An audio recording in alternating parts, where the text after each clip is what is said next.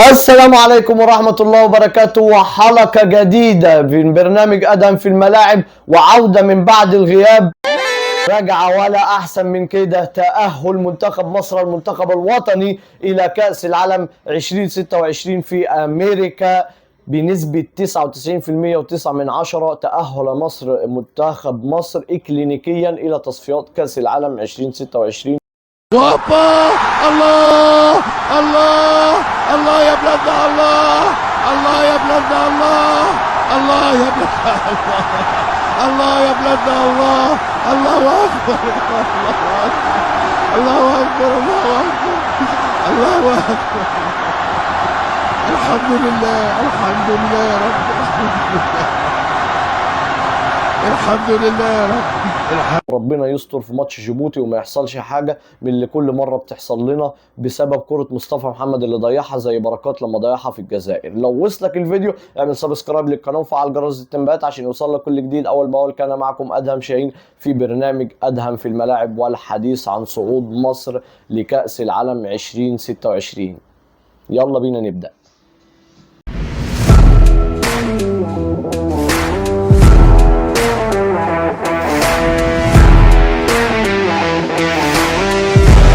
شوف بقى يا معلم، يدوك بقى القرعه ويزودوا عدد المنتخبات، والقرعه تتغير في افريقيا وتبقى الدنيا يقول لك اسهل وهنصعد كاس العالم بسهوله. لازم احنا كمصريين نعمل دراما ونخلق سيناريو.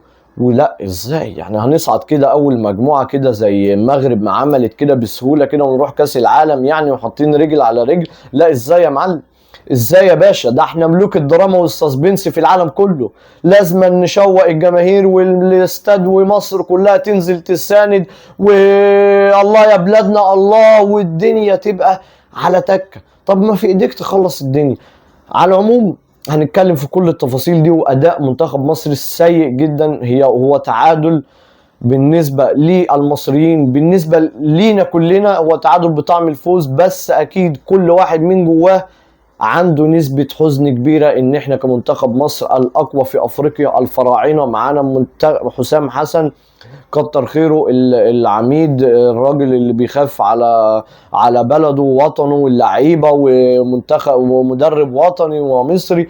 مش احنا اللي نقعد ندافع بره، مش احنا كده الفرق 5 نقط بس. خلينا قبل ما نتكلم في اي حاجة، هو بدأ التشكيل على شكل 3-4-3، واحنا مش معانا الكوره بيبقى شكل 5-2-3 في بدايه المباراه. نتمنى كل الشفاء لابننا عمر مرموش، ان شاء الله تكون اصابه خفيفه. ونزل اسامه فيصل. احنا مباراه عصيبه، بوركينا فاسو بقاله 3 سنين ما بيلعبش على ملعبه هناك في العاصمه. قرروا يعني جمهور وبلد بقالها 3 سنين ما عندهاش كوره، مش بتتفرج على كوره في استاد. فانت شفت حدث ضخم، اللعيبه كانت رجاله بالروح وبالوطنيه وبالرجوله، واللي هم بيلعبوا على شرفهم بعيد بقى عن التكتيك والفنيات والحاجات. احنا معاك اللي احنا ندافع وما نمسكش كوره، وندافع دفاع ممتاز ولا اروع من كده. وخالد صبحي يا جماعه اكتشاف خالد صبحي مدافع مخضرم، مدافع كبير. خالد صبحي لعيب كبير، لعيب ولا اروع من كده. احنا بندافع تمام، بنمسك كرة حلوين، حاطط محمد هاني وخالد صبحي ورامي ربيعة في الدفاع عشان محمد هاني يعرف يلعب بالكرة ورامي ربيعة، ونفس الكلام.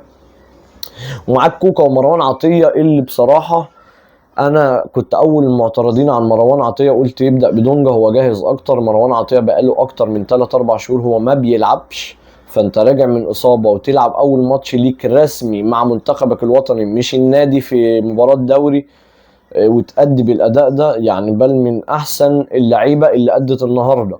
تريزيجيه هو دايما في المنتخب غير محمد صلاح، اداء رجولي، مش اللي هو بيقول لك بيخاف على رجله والكلام ده. انت عندك مصطفى محمد لما نزل محمد صلاح عمل له كورتين، وزيزو عمل له كوره، الثلاثه واحده منهم على الاقل تيجي جول. واحدة وقع فيها اختل توازنه، والتانية بصاها غلط ميس باص، والتالتة زيزو عملها ما لحقهاش زي كرة بركات في مباراة الجزائر اللي كانت واقفة على جولنا، وكان بركات جابه كنا تأهلنا. او الواحد بيخاف من السيناريوهات دي.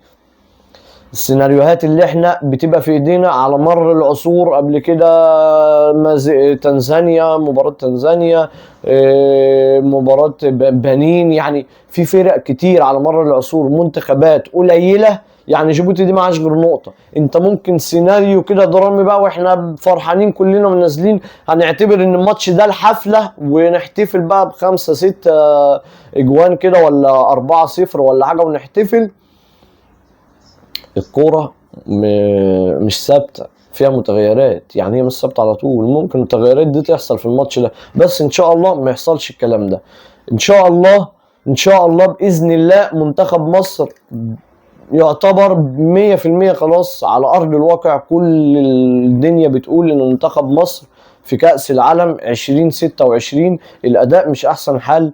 التمركز، يعني احنا دلوقتي بندافع، انت في التحولات مش بتعرف، مش منظم في التحولات، ما عندكش فكرة في لعب التحولات، ان مثلا محمد صلاح معاه الكورة فمصطفى محمد يطلع او ايا كان او تريزيجيه الوينج يسبق فيغير ملعب فيروح انفراد. ما عندكش تمركز او خطة واضحة في التمركزات في الحالة التحولات. هتعمل ايه في التحولات؟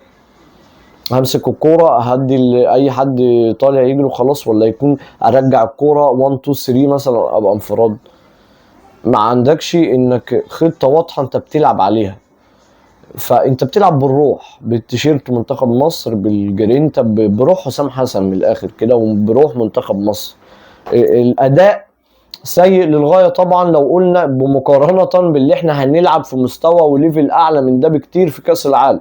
بس الحاجه المطمئنه اللي ممكن الاداء يتغير طول ما الروح موجوده والرجوله موجوده والتركيز موجود ان احنا منتخب مصر ومش عايزين نخسر. دي الحاجه الوحيده اللي مطمئنه، عكس كل مره ما كنتش بتلاقي الروح دي واللعب الرجولي ده. فدي الحاجة المطمئنة اللي هي ممكن تساعد ان فعلا لا الاداء هيتحسن. وخلي بالك، عايز اقول لك ان التصفيات كلها، الفرق المنتخبات الاكبر في افريقيا بعد منتخب مصر طبعا لانه زعيم القارة، كله بيعاني. مفيش غير المغرب بس العلامة الكاملة واتأهلت رسميا.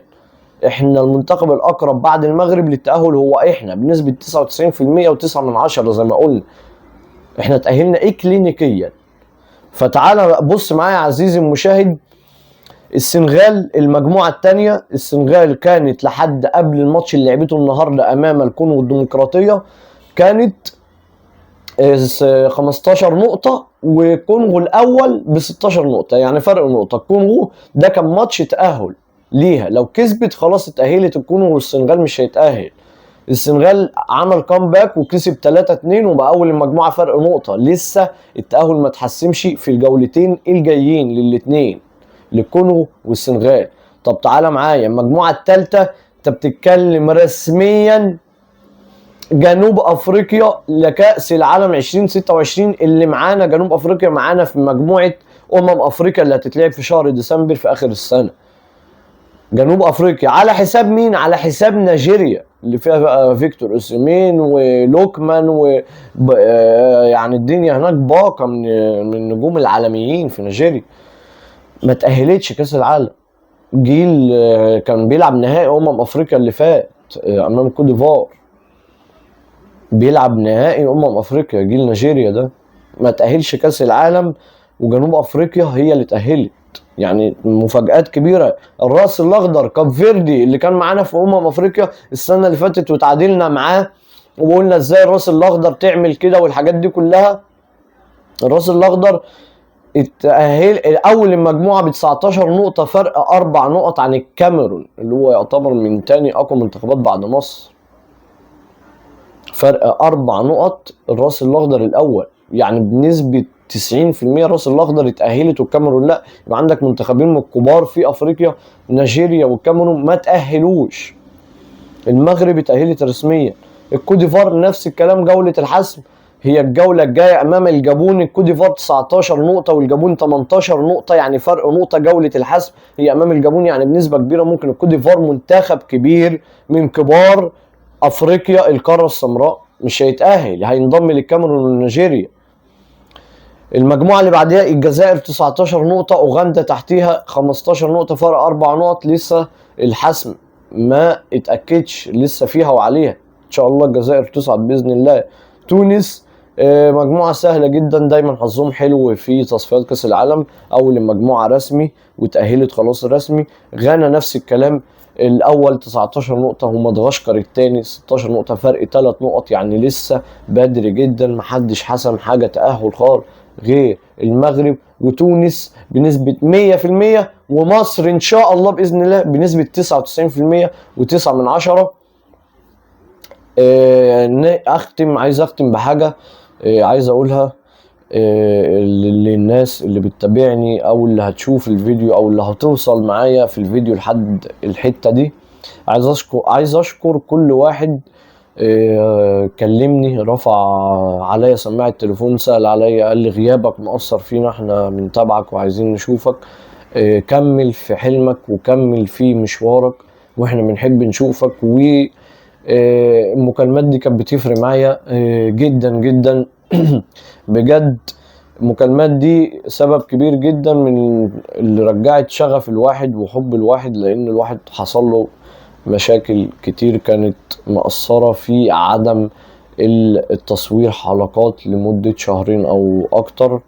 فانا العودة من بعد الغياب في برنامج ادهم في الملاعب عايز اشكر الناس دي جدا جدا، وان شاء الله استنوا حلقات كتيرة جدا جدا جدا عزيزي المشاهد من اول الاسبوع الجاي، وعودة للموسم الكروي الاوروبي والمحلي.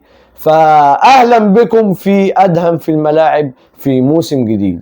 السلام عليكم ورحمة الله وبركاته.